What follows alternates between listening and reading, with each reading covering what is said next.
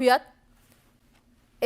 ST झालं, UT झालं, आता चर्चा झाली आहे ती म्हणजे एफबीची. एफबीचा फुल फॉर्म सांगितलाय उपमुख्यमंत्री एकनाथ शिंदेंनी. त्याचं झालं असं की काय झाडी काय डोंगर फेम शहाजी बापूंच्या सांगोल्यात उपमुख्यमंत्री एकनाथ शिंदेंची सभा झाली आणि त्यावेळी त्यांनी नाव न घेता उद्धव ठाकरेंवर जोरदार हल्लाबोल केला. एकनाथ शिंदे नेमकं काय म्हटलेत पाहूयात. काही लोक बंगल्यात बसून फेसबुक म्हणजे एमपी खेळत बसतात. त्यात काही जात नाही, बसल्या बसल्या टाइमपास. एफबी म्हणजे काय? फुकट बाबूराव. एफबी म्हणजे काय? फुकट बाबूराव. एफबी म्हणजे काय? फुकट बाबूराव. मी सुद्धा एफबी आहे, पण महाराष्ट्राचा फेवरेट ब्रदर, लाडका भाऊ. महाराष्ट्राचा फेवरेट ब्रदर, लाडका भाऊ. फरक आहे, फरक बघा. दरम्यान चेहरा भोळा म्हणत एकनाथ शिंदेंनी पुन्हा एकदा उद्धव ठाकरेंवर टीका केली आहे. दिसायला साधी असतात, साधी बिधी असतात, इनोसंट असतात, पण चेहरा भोळा आणि भानगडी सोळा असे लोकही असतात. मी पण चेहऱ्यावर जाऊन फसलो इतके वर्ष.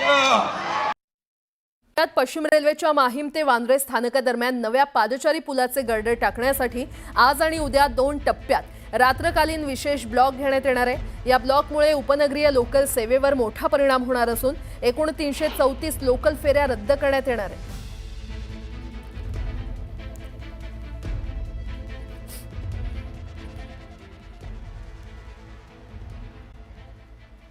आता बातमी आहे न्यूज 18 लोकमतच्या सर्वात मोठ्या इम्पॅक्टची. एसटी कर्मचाऱ्यांना उर्वरित 44% वेतन मंगळवारपर्यंत मिळणार आहे. एसटी कर्मचाऱ्यांच्या मार्च महिन्याचं वेतन फक्त 56%च देण्यात आलंय. त्यामुळे मोठ्या प्रमाणात कर्मचारी नाराज होते. ही बातमी न्यूज 18 लोकमतनं लावून धरली होती आणि त्यामुळे एसटी कर्मचाऱ्यांना सर्वात मोठा दिलासा मिळालाय. उपमुख्यमंत्री एकनाथ शिंदेंच्या पुढाकारानं पगाराच्या मुद्द्यावर तोडगा काढण्यात यश आलंय आणि त्यामुळे एसटी कर्मचाऱ्यांचं वेतन कपातीचं संकट आता दूर झालेलं आहे.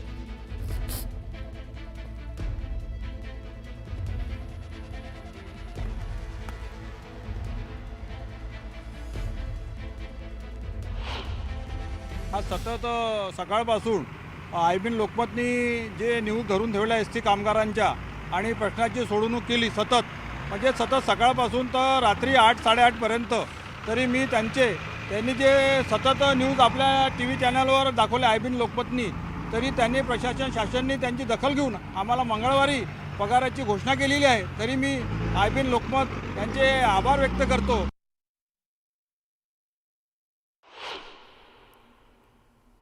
आभार म्हणणं हे आवश्यक झालं आहे की शासना प्रशासनाचे आभार मानतो, परंतु सगळ्यात मोठे आभार न्यूज चॅनल न्यूज 18 लोकमतचे मानतो की त्यांनी सकाळपासून तर आतापर्यंत जी सतत एसटी कामगारांचा प्रश्न आज जो लावून धरला आणि नेहमीच लावत धरत आहे, त्यामुळे मी आयबीएन लोकमत, विलासजी बडे आणि आमचे उदयजी तिमांडे आणि त्यांची टीम आणि पूर्ण आयबीएन लोकमतचे मी आभार मानतो.